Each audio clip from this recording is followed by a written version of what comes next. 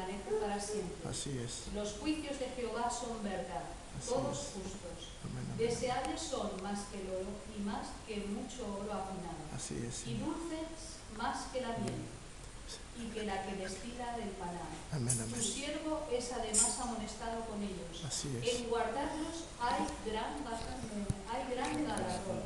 ¿Quién podrá entender sus propios errores? Líbrame de los que me son ocultos. Preserva también a tu siervo de las soberbias, que no se enseñoreen de mí. Entonces seré íntegro y estaré limpio de gran rebelión. Sean gratos los dichos de mi boca y la meditación de mi corazón delante de ti, oh Jehová, roca mía y redentor mío. Amén. Amén. Este salmo es, como muchas de la palabra de Dios, es parte de la adoración a Dios. Porque, ¿qué es la adoración?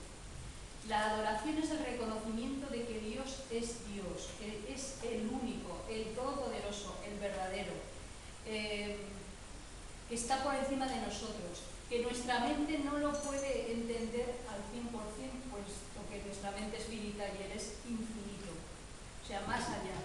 Pero es cierto que Dios ha puesto, como por ejemplo, la creación para que el hombre, cuando la contempla, verdaderamente reconozca que alguien hizo eso. El que no lo reconoce, pues está en un problema. Hay ahí una soberbia, no hay un reconocimiento. Hay un salmo que dice, tú nos creaste y no nosotros a nosotros mismos. Hay quien piensa que nosotros nos hemos creado a nosotros mismos o hemos nacido por generación espontánea, ¿vale? Cosa para mí bastante más difícil y creer por fe, porque tienes que creer eso por fe, más que alguien superior a nosotros mismos que nos ha creado, ¿no?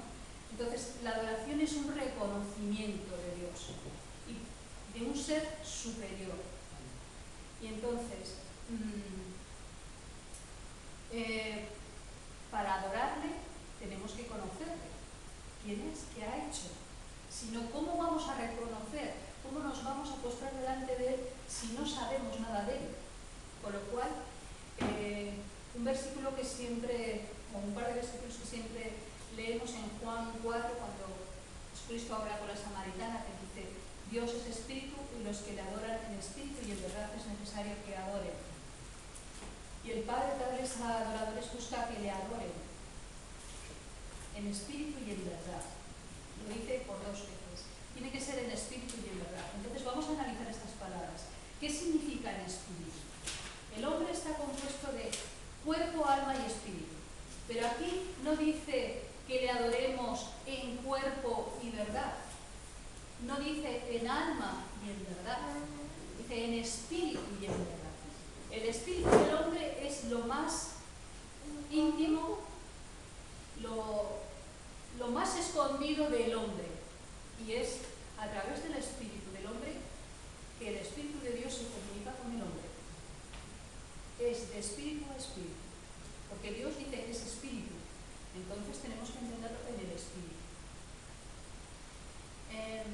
Pero habla de verdad. La verdad, lo que os estaba diciendo. Para reconocer quién es, tenemos que conocer quién es y qué es lo que ha hecho. Entonces, ¿dónde está ese conocimiento? ¿Es suficiente con lo que los demás nos hayan contado de Dios? Yo pregunto. Uno nace, sus padres le cuentan, en el colegio le cuentan, en la iglesia le cuentan acerca de Dios. ¿Creéis que eso es suficiente para tener un conocimiento de Dios?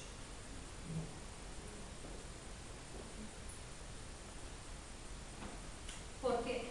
¿Por qué no es suficiente? Mirad, es que la verdad de la que está hablando Jesús, la verdad, y el espíritu. Mirad, el corazón está ligado al alma. En el espíritu está lo que es la conciencia del hombre. Eso pertenece al espíritu, pero en el alma están los sentimientos, está el corazón, está la psique, el pensamiento, todas estas cosas. Y el cuerpo es pues todo esto, físico. Incluso somos también química, un montón de cosas, ¿no? Pero es el espíritu y no es el corazón, aunque luego ya veréis que la adoración empieza por el espíritu, pero le sigue todo lo demás. Le sigue el alma y le sigue el cuerpo. Pero empieza por el espíritu, porque en el corazón están los sentimientos. Y, como dice también la palabra de Dios, que engañoso es el corazón más que todas las cosas. Hoy es un día muy especial aquí en Zaragoza. Y sabéis que se está rindiendo culto a una imagen, ¿vale? A una virgen. ¿Creéis que mucha gente no va sinceramente para adorar, creyendo que así adora también a Dios y que está cumpliendo la ley de Dios? Hay mucha gente que es sincera y que lo hace, pero eso no es suficiente. Por eso el Señor nos llama a que conozcamos la verdad, a que busquemos la verdad. Y la verdad está revelada en su palabra. No es que yo haya soñado, no es que otro me haya contado, no es lo que a mí me parece. No, es la palabra de Dios. La palabra de Dios está ahí por algo. O sea, Dios se ha revelado a sí mismo a través de la palabra de Dios. Entonces tenemos que conocer la palabra de Dios para saber quién es Dios. Cuando conozcamos quién es Dios, también nos conoceremos mejor a nosotros mismos y en qué posición estamos, ¿vale? Entonces, dice en espíritu y en verdad. La palabra de Dios es la que nos lleva a toda la verdad. La Biblia es un tesoro escondido, es el mapa del tesoro. Es el mapa del tesoro que nos lleva hasta el tesoro que es Dios y a todo lo que tenemos en Dios. Hay que buscar, hay que indagar, ¿vale? Aquí están las instrucciones para el conocimiento de Dios, para conocerle. Pues os decía que no basta con que nos cuenten y lo que nos digan, porque a veces está entretejido con las costumbres, con lo que siempre han hecho los abuelos, los anteriores y demás. Y eso nos lleva a doctrinas falsas también, ¿vale? Por eso siempre tenemos que ir a la fuente original, que es la palabra de Dios. Si vamos a la fuente original, como os decía, Dios se revela a su pueblo a través de la palabra. Una de las maneras que tiene, por ejemplo, cuando Moisés sacó al pueblo de Egipto, que eran esclavos, y salió de Egipto a la tierra prometida, enseguida Dios les mandó, Moisés subió al monte y el Señor le escribió con su dedo en las tablas los 10 mandamientos. Los 10 mandamientos no hay que tomarlos como hay que cumplir esto es así, sino hay que entender que los 10 mandamientos es que te muestra lo que Dios quiere, quién es Él y lo que Dios quiere. ¿Cómo lo reconoces? ¿Vale? Si nosotros leemos en Éxodo 20, por ejemplo, nos está diciendo quién es Dios. En Éxodo 20 dice, y habló Dios todas estas palabras diciendo, yo soy Jehová tu Dios, que te saqué de la tierra de Egipto de casa de servidumbre. O sea, recuerda que yo soy el que te saco de la esclavitud. ¿Vale? Y ahora dice, no tendrás dioses ajenos delante de mí. O sea, ahí está diciendo, si me queréis, de esta manera es como me vais a honrar. No tendrás dioses ajenos delante de mí. El segundo mandamiento es, no te harás imagen ni ninguna semejanza de lo que está arriba en el cielo, ni abajo en la tierra, ni en las aguas debajo de la tierra. No te inclinarás a ellas ni las honrarás, porque yo soy Jehová tu Dios, fuerte, celoso, que visito la maldad de los padres sobre los hijos hasta la tercera y cuarta generación de los que me aborrecen. Aquí nos paramos porque este es importantísimo. Aquí ya está diciendo de qué manera hay que adorarle. No es a través de una imagen, ni siquiera una imagen que lo represente a Él. Él está diciendo, si me queréis adorar, que no sea así. O sea, y tampoco vamos a admitir, o voy a admitir, que adoréis a otros dioses. Yo soy celoso, fuerte y celoso, y no comparto esto con nadie. O sea, Si os dais cuenta, este mandamiento está hablando de cómo es Él y de cómo tenemos que relacionarnos con Él, ¿vale? Y así el siguiente, que dice: no tomarás el nombre de Jehová tu Dios en vano, porque no dará por inocente Jehová al que tomare su nombre en vano. Aquí hay muchas falsas religiones que toman el nombre de Dios en vano para que la gente crea, pero el fondo no lo ha dicho Dios. Eso es tomar el nombre de Dios en vano. Y aquí está diciendo que aquel que toma el nombre de Dios en vano no lo tomará por inocente. O sea, habrá un juicio contra él. Y, desgraciadamente, en nuestro mundo hay cantidad de religiones, y además de las grandes religiones están basadas no en la palabra de Dios, sino en costumbres de hombres y en costumbres anteriores al nacimiento de Jesús. Y han seguido las mismas, adorando de la misma manera, pero cambiando los nombres de sus ídolos. Eso es una falsedad, y eso hay que denunciarlo y hay que decirlo. Y sin embargo la gente sigue esas religiones. Son millones de personas. El otro día también escuchaba de, por ejemplo, los musulmanes, ¿no? El Islam. El Islam, realmente el Corán, según la tradición de ellos, es que el ángel Gabriel le dio ese libro a Mahoma. O sea, esa es la creencia de ellos. Pero estos días celebraban la fiesta del Cordero, y yo estuve escuchando la televisión. Bueno, yo pensaba, pues el Cordero, pues bien, pues una fiesta más. Pero cuando explicaron la fiesta del Cordero, yo dije, esto es una mentira. Ellos decían, celebramos la fiesta del Cordero porque conmemora que Dios le pidió a Abraham que sacrificara a su hijo Ismael, y que cuando ya lo iba a sacrificar, pues Dios le detuvo y le dijo: sacrifica este cordero. Pero bueno, nos han cambiado la historia. Aquí ese hijo no era Ismael, ese hijo era Isaac. Entonces, y ya, si lo básico está confundido, todo lo demás, ¿qué? Está en confusión. Y sabemos que el padre de mentira es el diablo, es el adversario, Satanás. Y es lo que pervierte y corrompe al hombre. El hombre tiene interés, desea, no te digo al 100%, pero hay un interés en adorar a Dios, en servir a Dios. Pero si vienen estos espabilados y cuentan estas historias en el nombre de Dios, tomando el nombre de Dios en vano, pues la gente cree. Por eso Jesús advierte que la adoración tiene que ser en espíritu y en verdad. O sea, busca la verdad.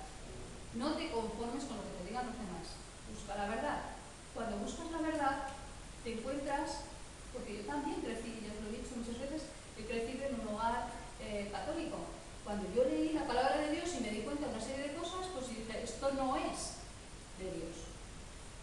Y así cantidad de cosas. Entonces, ahí ya entra. Ahí, cuando ya encuentras la verdad, ya tu espíritu tiene un renacer con Dios, ya buscas a Dios y hay una relación, porque la adoración es una comunicación de Dios y el hombre, y es individual. Es individual.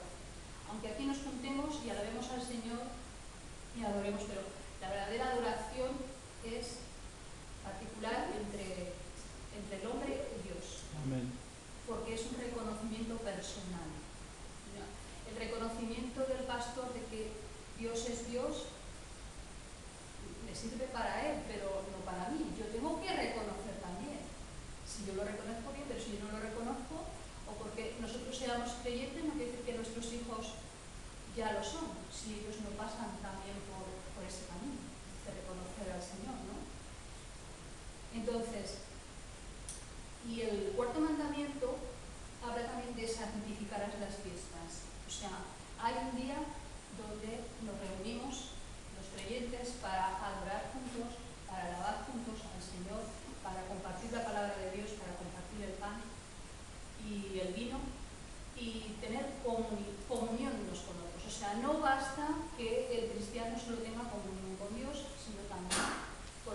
porque esto es la Iglesia. Esto es la Iglesia, ¿no? Entonces, por eso son importantes, como os decía, son mandamientos, pero son una instrucción de cómo Dios quiere que le adoremos. Y fuera de eso, ya es cosecha del hombre, ¿vale? Nosotros podremos añadir lo que sea, por eso decía, no basta con sentir de corazón que le adoras, porque se puede estar sinceramente equivocado. Hay que buscar la verdad. La verdad es fundamental para alabar a Dios.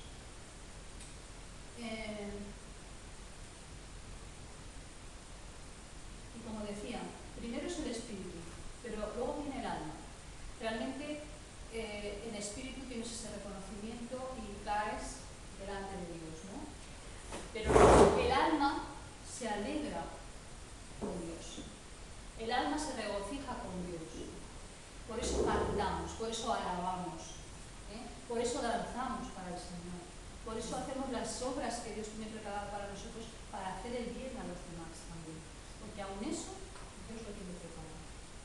Y muchas más cosas, ¿no? Entonces el alma aquí ya sí juega algo importante. Ya va unido, porque ya está en el camino correcto, porque has entrado en el camino de la verdad. Y entonces ya eso sigue. Y el cuerpo también. Cuando adoramos al Señor, sobre todo en el Antiguo Testamento y también en el Nuevo, habla, cuando se adoraba al Señor, físicamente hay una postura, que es arrodillarse o postrarse, que es hacia adelante, ¿vale? Eso, tal vez ahora cada vez se va haciendo menos, pero ese postrar es la actitud correcta, física delante de Dios. Eso lo podemos hacer mejor, tal vez en la intimidad cada uno con el Señor, ¿no? Pero en las iglesias, si uno se arrodilla o se postra, pues no tendremos por qué escandalizarnos, porque esto es así, ¿vale? En cambio, bueno, iba a hacer una crítica. Yo no sé, pero muchas veces se ora, yo esto no lo entiendo, ni lo entenderé nunca. Se ora a los hermanos, se les pone las manos y caen al revés, o sea, para atrás. Y yo digo, ¿y esto dónde está en la Biblia? Y esto no lo encuentro en la Biblia. Con todos los respetos, porque hay mucha gente que realmente cree que el Señor le ha tocado. Digo, pero yo esto no lo veo yo en la Biblia, porque es que caen postrados, caen hacia adelante, caen de rodillas, ¿vale? No lo sé, puede que sean modas, puede que sean cosas, pero no vamos a entrar ahí, sino que vamos a seguir adelante. Y ahora, la adoración y la alabanza, nacido de un corazón puro. Mirad, la alabanza son los cánticos que cantamos al Señor, la acción de gracias por esto, gracias por lo otro, y lo hacemos cantando, y lo hacemos conjuntamente. Lo mismo que también se hace en el cielo. Millones y millones de ángeles están allí, cantando y alabando al Señor. Y es como una escalera, conforme vas alabando, vas subiendo más hacia la presencia de Dios. Porque Dios está como en el monte alto, va subiendo. Luego ya va viniendo la adoración, cosas más profundas, un reconocimiento de lo que eres, de lo que Él ha hecho, etcétera, etcétera. Entonces ahí ya entras en ese, como tenían por ejemplo los judíos el templo, había un lugar santo y el lugar santísimo, era lo más santo, más profundo. Ahí se adora al Señor, realmente. Pero no somos los únicos, sino que, como os decía, luego lo leeremos en algún versículo para que veáis cómo los ángeles están, y son millones de millones, alabando y adorando a Dios, ¿vale? Pero la adoración es un arma muy poderosa, y la alabanza. Como os he dicho antes, el diablo está empeñado en desviar de la verdad, en engañar al pueblo de Dios para que no le adore, ¿vale? Por eso tiene tantas mentiras por ahí y hay tanta falsedad de religiones y de muchas cosas, ¿vale? Entonces, ¿qué es lo que no puede soportar el diablo? Lo que no puede soportar es la verdad, porque toda su obra está basada en la mentira. Entonces, cuando bombardeas con verdades, él se debilita. Él se va debilitando. Entonces, tenemos un arsenal impresionante porque está la alabanza, la adoración, la oración, el ayuno, la intercesión, junto con la palabra de Dios, que es la que tiene poder, que es una espada doble, con esa espada que sale de la boca de Dios, que es la palabra de Dios, es el Espíritu de la palabra, se le vence, ¿vale? Está la sangre del Cordero, que también vence, y el nombre de Jesús. Esos tres son los que tienen poder. Y esos son armas espirituales muy importantes. Pero para que esto funcione hay que estar aquí con el Señor. Amén. El Espíritu. ¿Vale? Entonces vamos a leer, por ejemplo, bueno, espera, luego vamos a... La adoración. La adoración es solamente a Dios. No, Dios no comparte la adoración con nadie. Porque ni siquiera los ángeles reciben adoración. Podemos leer, ahí por ejemplo en Apocalipsis, hay 2 versículos que hablan de que el ángel está mostrando al profeta Juan, por ejemplo, lo voy a leer yo, que dice en el capítulo 22, versículo 8, dice: yo, Juan, soy el que oyó y vio estas cosas, y después que las hube oído y visto, me postré para adorar a los pies del ángel que me mostraba estas cosas. Pero él me dijo: mira, no lo hagas, porque yo soy consiervo tuyo, de tus hermanos los profetas, y de los que guardan la palabra de este libro. Adora a Dios. ¿Vale? Nunca un ángel permitirá que la adore, sino adora a Dios. Este mismo, bueno, en otro versículo también, en el capítulo 19, pasa algo parecido. En el 19, a partir del 9, dice: y el ángel me dijo: escribe, bienaventurados los que son llamados a la cena de las bodas del Cordero. Y me dijo: estas son palabras verdaderas de Dios. Yo me postré a sus pies para adorarle. Y él me dijo: mira, no lo hagas, yo soy consiervo tuyo y de tus hermanos que retienen el testimonio de Jesús. Adora a Dios, porque el testimonio de Jesús es el espíritu de la profecía. Un ángel de Dios siempre te indicará que adores a Dios, nunca a Él. O sea, no hay ser celestial al que se le pueda adorar más que a Dios. Cosa que Satanás busca que le adoren a Él, porque es que ya la desvergüenza total cuando a Jesús, que le está tentando en el desierto, una de las tentaciones es: te daré todo esto si postrado delante de mí me adoras. O sea, es que fue un atrevimiento tremendo. Por eso Jesús le responde: al Señor tu Dios adorarás y a Él solo servirás. O sea, esto es perpetuo, esto es firme. No se puede adorar a otro que no es Dios, y Dios es espíritu, y a Dios hay que adorar en espíritu y en verdad. Entonces, ¿qué está pasando? Por ejemplo, hoy es un día que estamos viendo pues, muchísima idolatría, y es por ignorancia, no lo sé, o por apatía, tal vez, y por seguir las costumbres más que buscar la verdad. El Señor algo tiene que hacer, nosotros también tenemos algo que hacer. Tenemos que orar por las personas y que se rompa las obras del diablo, toda esta maraña. Es grandioso lo que hay ahí, pero el Señor tarde o temprano va a derribar todo eso, ¿no? Como dice en su palabra, lo va a derribar, y también está haciendo un llamado a los hijos de Dios, porque aún ahí en medio hay pueblo de Dios. Dice: salid del medio de ellos, pueblo mío. Está haciendo un llamado. Tenemos que orar por esos que el Señor está llamando, para que salgan de ahí, para que salgan de la oscuridad y de la mentira, ¿no? Entonces, bueno, ya os he dicho que la adoración es solamente a Dios. Entonces, Jesús, hay quien, por ejemplo, los testigos de Jehová no creen que Jesús sea Dios, sino un profeta, por ejemplo.